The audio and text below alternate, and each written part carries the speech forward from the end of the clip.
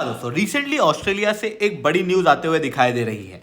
Australia द्वारा recently कहा गया है कि हम भारत के साथ में लगातार बात कर रहे हैं कि भारत अपने ट्रेड बैरियर्स खास रूप से टैरिफ बैरियर्स जो है वो कम करे, जबकि ऑस्ट्रेलिया के साथ में ऑलरेडी भारत का एक फ्री ट्रेड एग्रीमेंट साइन है। इनका कहना यह है कि भारत और ऑस्ट्रेलिया दोनों को बेनिफिट मिला जब हमने साथ में मिलकर ट्रेड को फ्री किया। आने वाले समय में और बेनिफिट प्राप्त करने के लिए भारत को ट्रेड बैरियर्स और ज़्यादा कम करने चाहिए। अब एग्जैक्टली यहाँ पर ऐसे स्टेटमेंट क्यों दिए गए हैं, क्या यहाँ पर रीजन है, हर चीज को मैं शिवलिंग चौहान डिटेल में आप लोग साथ में चर्चा करूंगा। और उसके पहले आप लोग मेरे साथ में SRC10 टेलीग्राम ग्रुप के ऊपर जुड़ सकते हो। मेरे क्लास की अपडेट पीपीटी PDF सब कुछ आपको मिल जाएगी। यूपीएससी CSE की तैयारी करना है, इंडिया के टॉप एजुकेटर्स से ऑफलाइन क्लास के अंदर पढ़ना है तो आप लोगों के पास में अच्छा मौका है। अनअकैडमी केवल ऑनलाइन ही रहा है, अनअकैडमी में ऑफलाइन भी आ चुका है। दिल्ली, करोलबाग, मुखई नगर के अंदर, प्रयागराज, सिविल लाइन, बिहार के पटना के अंदर ऑलरेडी हमारे सेंटर्स खोले जा चुके हैं। अगर आप जुड़ना चाहते हो तो इस नंबर पर कॉन्टैक्ट करके जुड़ सकते हो। इसके अलावा मंथली करंट अफेयर्स की मैगजीन, NCERT के नोट्स की समरी, प्रीवियस के क्वेश्चन, प्रीलिम्स के मॉक टेस्ट और इंडिया ईयर बुक की समरी अगर आपको फ्री ऑफ कॉल डाउनलोड करना, नीचे डिस्क्रिप्शन के अंदर मैंने लिंक दी हुई है, वहां से आप डाउनलोड कर सकते हो। चलिए दोस्तों, अब समझने का प्रयास करते हैं पे क्या हुआ है। देखो, इंडिया और ऑस्ट्रेलिया के बीच में ऑलरेडी एक फ्री ट्रेड एग्रीमेंट साइन है, जिसके तहत लेबर इंटेंसिव सेक्टर जैसे अपैरल, ज्वेलरी, लेदर, इनको ऑस्ट्रेलिया के मार्केट में ड्यूटी फ्री एक्सेस दिया जाएगा अगर ये इंडिया से जाते हैं तो। इसके अलावा ऑस्ट्रेलिया 100% मार्केट एक्सेस देगा भारत के सारे गुड्स को। वहीं दूसरी तरफ इंडिया जो है वो 70% तक अपनी ड्यूटी को कम करेगा ऑस्ट्रेलिया के प्रोडक्ट के लिए। साथ में सेंसिटिव सेक्टर जो इंडिया के लिए काफ़ी ज़्यादा सेंसिटिव है, जैसे डेयरी है, एग्रीकल्चरल प्रोडक्ट है, इनके ऊपर टैरिफ जो है वो पूरी तरीके से नहीं हटे।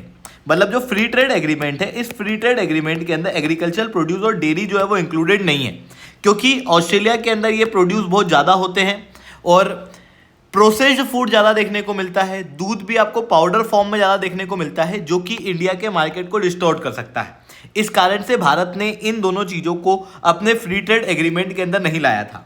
अब अगर भारत और ऑस्ट्रेलिया के फ्री ट्रेड एग्रीमेंट की बात करें तो इसकी वजह से भारत और ऑस्ट्रेलिया दोनों को बेनिफिट तो हुआ है। देखो, अगर मैं इंडिया के एक्सपोर्ट की बात करूं ऑस्ट्रेलिया के अंदर, तो पहले आप देखो $2-3 बिलियन के आसपास देखने को मिलता था। फ्री ट्रेड एग्रीमेंट के साइन करने के जस्ट बाद ही $6 बिलियन लगातार क्रॉस होने लगा है। इस बार भी जो हमारा एक्सपोर्ट है ऑस्ट्रेलिया के अंदर वो लगभग 14% से बढ़ा है। वहीं दूसरी तरफ ऑस्ट्रेलिया को ज़्यादा फायदा हुआ है। पहले ऑस्ट्रेलिया हमें लगभग 10, 11, 12 बिलियन डॉलर का एक्सपोर्ट करता था। इन ईयर को हटा दो, ये कोविड वाले ईयर है, ठीक है। तो 10, 11, 12 इस टाइप के बिलियन डॉलर में हमें एक्सपोर्ट जो है वो ऑस्ट्रेलिया किया करता था। फ्री ट्रेड एग्रीमेंट के बाद से यही एक्सपोर्ट जो है वो $15 बिलियन तक हो चुका है। यानी कि ऑस्ट्रेलिया का भी एक्सपोर्ट ओवरऑल रूप से 5 से 8 बिलियन डॉलर के बीच में बढ़ा है। वहीं दूसरी तरफ अगर आप इंडिया की बात करोगे तो इंडिया का भी 2 से 6 बिलियन डॉलर के बीच में ऑस्ट्रेलिया को होने वाला एक्सपोर्ट जो है वो बढ़ता हुआ दिखाई दिया है। अब ऑस्ट्रेलिया के जो टॉप लीडरशिप है उनका कहना यह है कि हमारे जो प्रीमियम एग्रीकल्चरल प्रोडक्ट है उनका एक्सपोर्ट भी इस फ्री ट्रेड एग्रीमेंट की वजह से ऑस्ट्रेलिया से इंडिया में ज़्यादा आ रहा है। 59% एग्रीकल्चरल प्रीमियम प्रोडक्ट ऑस्ट्रेलिया के अंदर, ऑस्ट्रेलिया से इंडिया के अंदर जो एक्सपोर्ट होते हैं उसके अंदर इंक्रीमेंट 59% का देखने को मिल रहा है। अब ऑस्ट्रेलिया का कहना यह है कि हम इंडिया से बात कर रहे हैं कि ये जो दो पार्ट हैं, डेयरी सेक्टर और एग्रीकल्चर प्रोड्यूस, इसके ऊपर भी टैरिफ जो है वो कम किए जाए। हालांकि भारत ने अभी तक इसके ऊपर कोई भी प्रतिक्रिया नहीं दी है। मतलब एग्जैक्टली यहाँ पर नहीं बताया गया है कि एग्रीकल्चर के ऊपर हम टैरिफ कम करेंगे या नहीं करेंगे। बट एग्रीकल्चर के ऊपर जो टैरिफ को कम करने की बात है वो अपने आप में एक बहुत ज़्यादा सेंसिटिव इशू है, जो कि यूनाइटेड स्टेट्स ऑफ अमेरिका के साथ में भी देखने को मिलता है। अभी रिसेंटली आपको याद होगा डोनाल्ड ट्रंप भारत के ऊपर रेसिप्रोकल टैरिफ लगाने की घोषणा कर चुके हैं 2 अप्रैल से, जिसके बाद European union, China, Brazil, India, Mexico, Canada, ये वो देश हो जाएंगे जिनके ऊपर यूएस के टैरिफ जो हैं वो लगेंगे। अब यहाँ पर जो शब्द यूज किया गया ना वो रेसिप्रोकल टैरिफ है, ये फर्स्ट लाइन टैरिफ नहीं है। मतलब क्या कि भारत ने तो ऑलरेडी यूएस के ऊपर टैरिफ लगा रखे थे, अब यूएस जो है वो रेसिप्रोकल टैरिफ भारत के ऊपर लगा रहा है। अब इस चीज को अपन थोड़ा सा डाटा के माध्यम से देखते हैं। देखो, अगर मैं यूएस से आने वाले एग्रीकल्चर, मीट और प्रोसेस्ड फूड की बात करूं तो भारत उसके ऊपर 37.66% के टैरिफ लगाता है। वहीं यूएस जो है वो भारतीय प्रोडक्ट के ऊपर केवल 5% के आसपास टैरिफ लगाता है। भारत 32% ज़्यादा टैरिफ लगाता है। ऑटोमोबाइल के अंदर 23% ज़्यादा टैरिफ हम लोग लगाते हैं, डायमंड के अंदर 13%, केमिकल के अंदर 8%, इलेक्ट्रिकल और इलेक्ट्रॉनिक प्रोडक्ट के ऊपर 7.2% टैरिफ जो है वो हम लोग ज़्यादा लगाते हैं यूनाइटेड स्टेट्स ऑफ अमेरिका के ऊपर।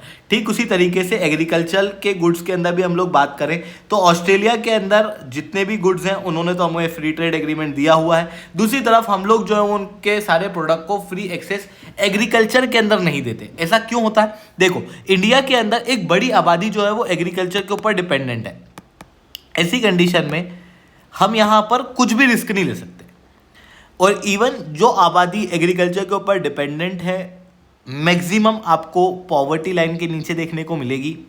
इस कारण से साथ में 85% तक भारत के अंदर जो किसान हैं उनके पास में बहुत बड़ी बड़ी ज़मीनें नहीं है, छोटी छोटी फ्रेगमेंटेड ज़मीनें देखने को मिलती हैं, और इनको हम लोग MSP भी देते हैं, मिनिमम सपोर्ट प्राइस।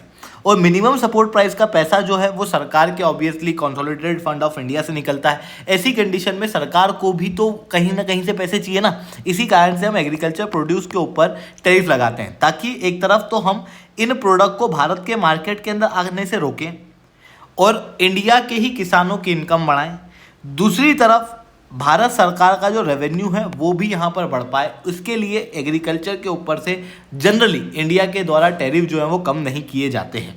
अब बात आती है कि भारत ने दूसरी जगह इतने ज़्यादा टैरिफ क्यों लगाए हुए हैं। देखो, भारत की जो ओवरऑल कंडीशन है उसको आप देखना, भारत के अंदर ट्रेड डेफिसिट जो है वो काफ़ी ज़्यादा है, आप यहाँ पर क्लियरली देख सकते हो, और ये कम नहीं हो रहा, ये उल्टा और ज़्यादा बढ़ गया है। ऐसी कंडीशन में ट्रेड डेफिसिट को कम करने के लिए हमें ज़्यादा टैरिफ लगाने पड़ते हैं। दूसरी तरफ सरकार का एक बड़ा रेवेन्यू कस्टम ड्यूटी से आता है। तीसरी तरफ भारत की जो जियोपॉलिटिकल कंडीशन है उसके अंदर चाइना जो है वो भारत के ऊपर डंपिंग वगैरह कर देता है, इस कारण से भी हमें थोड़े टैरिफ जो है वो यहाँ पर लगाने पड़ते हैं। इसके अलावा मेक इन इंडिया इनिशिएटिव, आत्मनिर्भर भारत, इन सारी चीज़ों को प्रमोट करने के लिए भी भारत को टैरिफ जो है वो लगाने पड़ते हैं। तो ये चीज़ें हम लोगों को यहाँ पर देखने को मिल रही है।